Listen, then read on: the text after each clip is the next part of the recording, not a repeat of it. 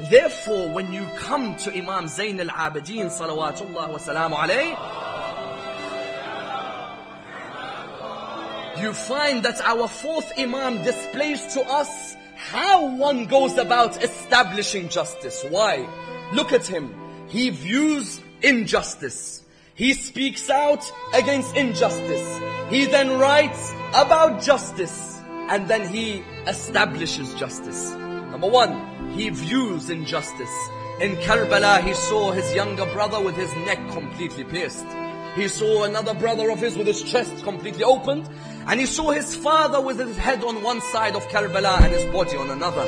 He saw this injustice. He saw the whipping that happened to the ladies on their way to Sham. He saw every piece of this injustice. Did he just see and remain silent? On the contrary, he spoke out in the court of Yazid. He spoke out by making everyone know exactly who injustice was performed against. By saying, I am the son of Mecca and Mina. I am the son of Zamzam and Safa. I am the son of the one who performed the tawaf and the sa'i. I am the son of the one who was taken by Buraq through the air. I am the son of the one who led the angels in prayer. I am the son of Muhammad al-Mustafa. I am the son of Ali al-Murtada. I am the son of the one who was the most patient of the patient ones. The one who used to weep in his worship. The one who fought 2 battles. Who pledged 2 allegiances. The one who was the most ardent in prayer. The one who was the first to come towards the call of Allah.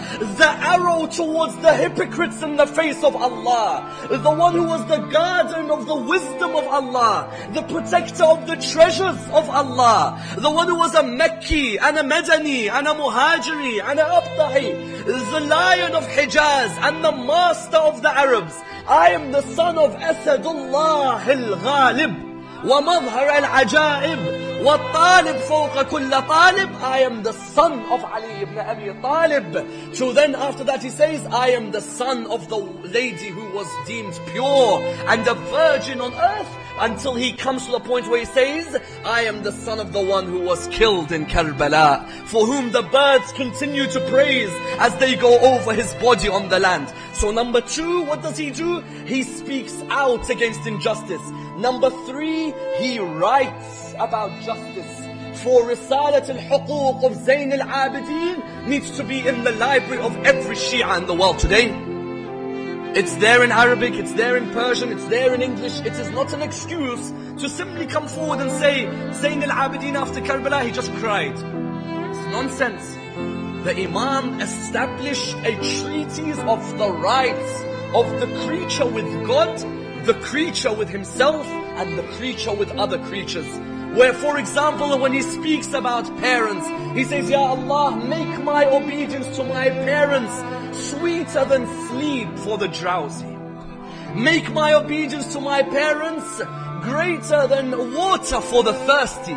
He lets this, and he goes on then to give you the rights even of the animal world. He says to Imam al-Baqir, he says, my son, never treat a camel in a harsh way. For a camel is one of the signs of Allah. Never let your camel go thirsty, for a creature should never die thirsty. Yes? He gives you the rights of the animal. And then he showed you the establishment of justice. With whom? With the servants who were in his house. Because there were servants who in his house who were servants in front of the people, but they found freedom living with Al-Muhammad. Here is the point. Do not imagine that when a servant is with Al-Muhammad, he is forced to be with Al-Muhammad. No. Nathan or Qamba or Fidda were all honored to be servants of Al-Muhammad. That when Qambar was being killed by Hajjaj bin Yusuf al-Thaqafi, he said, it doesn't matter how much you tortured me. As long as I die on the path of Ali ibn Abi Talib, death means nothing.